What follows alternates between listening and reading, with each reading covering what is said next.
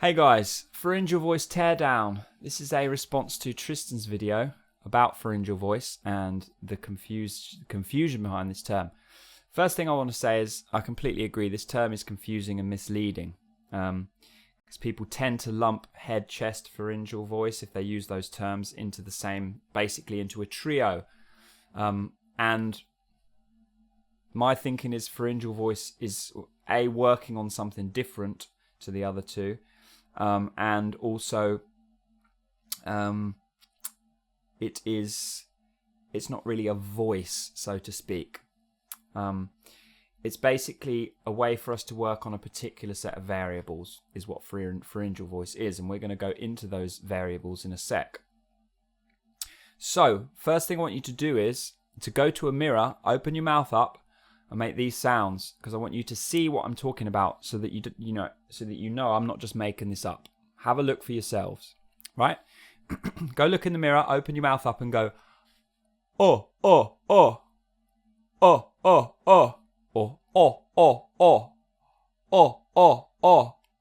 Look at the soft palate. Now go, oh, oh, oh, oh, oh. Yeah, look at the soft palate on both those sounds. What you'll notice is on the on that pharyngeal sound, the soft palate's lowered. And on the the soft palate's risen. It's higher. So, with that in mind, what I'm going to say is, to keep this very simple, all pharyngeal voice really is the lowering of the soft palate to basically as low as it can go.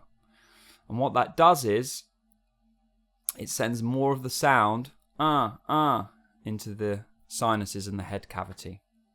So basically, and I do this a lot, I'm going to do it now so people understand what I'm talking about when I do this. You can think of the soft palate as a divider. If it's lowered, it will send more of the sound into the head cavity.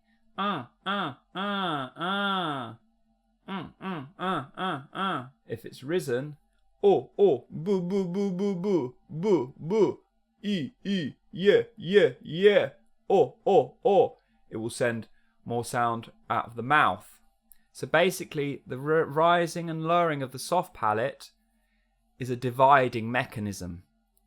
It basically splits the sound. So the sound comes up from the vocal cords. If you think of it like this, we're coming up through the vocal cords. It hits that soft palate and it splits out the mouth and into the head cavity. Now, when we have that lowered soft palate, more of the sound wants to travel up into the head cavity and the sinuses. When we have it risen, more of the sound wants to come out the mouth. Now, so to make it very clear, all pharyngeal voice really is coordinating your voice with a low soft palate, therefore sending most of the sound up into the head cavity. That divider is low, yeah? And you can hear this and you can see it, like I said at the start of the video. But let's talk about hearing it now. So basically, block your nose on that pharyngeal sound. You'll hear the sound quality change. Yeah? That proves to you there's sound and resonance coming out through the nose, through the sinuses and the head cavity. Now do this. Go boo boo boo boo boo boo boo boo boo boo boo boo. Soft palate's risen. Now when you block the nose, boo boo boo boo boo boo. Very little change in the quality of the sound. That proves to you that the soft palate's risen, that divider's higher, and it's sending most of the sound now out the mouth. Now have a think about this one. And this is why when we talk about balanced singing, it's so important, this exercise. What happens when I go ma, ma, ma, ma, ma, ma? Yeah, have a think. What the mum exercise does, if you listen carefully, is ma, ma, ma. It sits right in the middle. And when we say that, what we mean is we talk about even compression a lot here. So we've got typically what we want is a medium level of closure. But on top of that, we've also got an even split with the divide, as in the soft palate is neither overly raised or overly lowered. And the way you can hear this if you listen carefully is when I go ma, ma, ma, you can hear both and and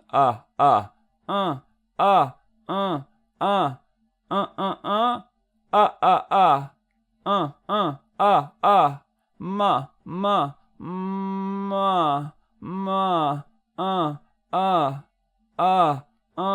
yeah, you've got both the pharyngeal, you've got some resonance traveling up behind the soft palate into the head cavity, and some resonance traveling out the mouth.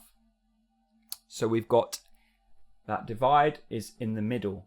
The soft palate is neither raised or lowered, it's in the middle. Yeah?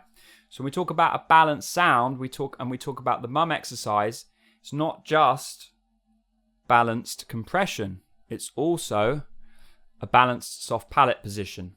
So what we typically find is, as we talk about in other videos a lot, we talk about just changing the pitch. When people manipulate the soft palate as they go up higher, they run into problems. The quality of the sound changes. The type of sound they're making changes, which is not what we want when we're doing exercises. So we go ma, ma, and typically ma, ma, ma, ma, ma, ma, ma, ma, ma, ma. People will do two things. Either that, they will lower the soft palate and start sending more sound behind the soft palate as they go up higher. Ma, ma, ma, ma, ma, ma, ma, ma. Yeah? Or they will do the opposite. They will raise the soft palate, ma, ma, ma, ma, ma, ma, ma, ma, ma, ma, ma, ma, ma, and send more sound out the mouth. So on that pharyngeal, overly pharyngeal at the top, they will generally get up higher in pitch, but they'll have that nasal sound at the top.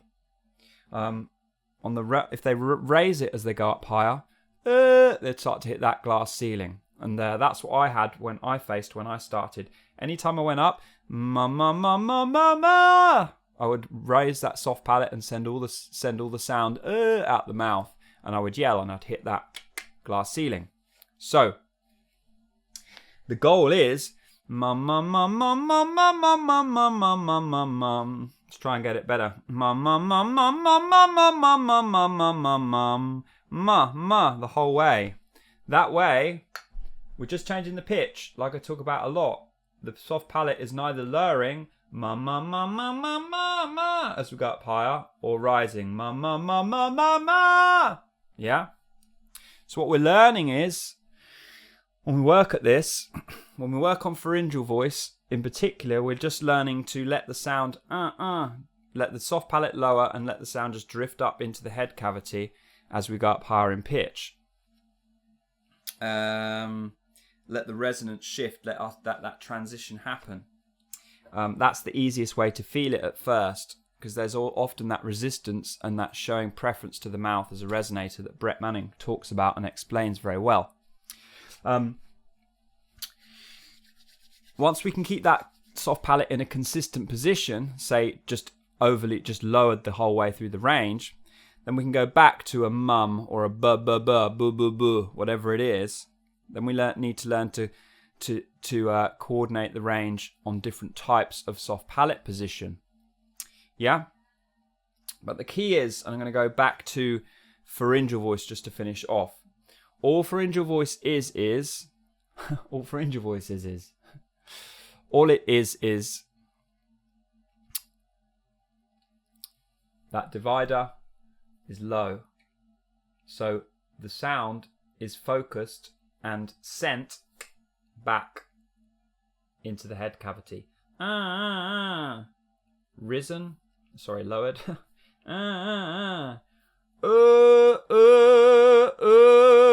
Risen.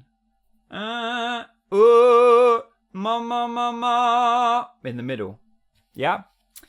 And that should give you some real good information and understanding of what the soft palate's for, what pharyngeal voice is, what we're looking for when we exercise, how we develop some skills when it comes to selecting that bias, selecting which direction we're sending the sound, how we're splitting that sound as we hit that divide or the soft palate. Learn to control it, and learn to keep it right where you start. Do not raise or lower it halfway through an exercise. Over time, you will get comfortable keeping that divide position nice and consistent and even as you go through the range. And therefore, just changing the pitch. There we go. Please comment, rate, and subscribe, guys. And I will see you in another video. Bye!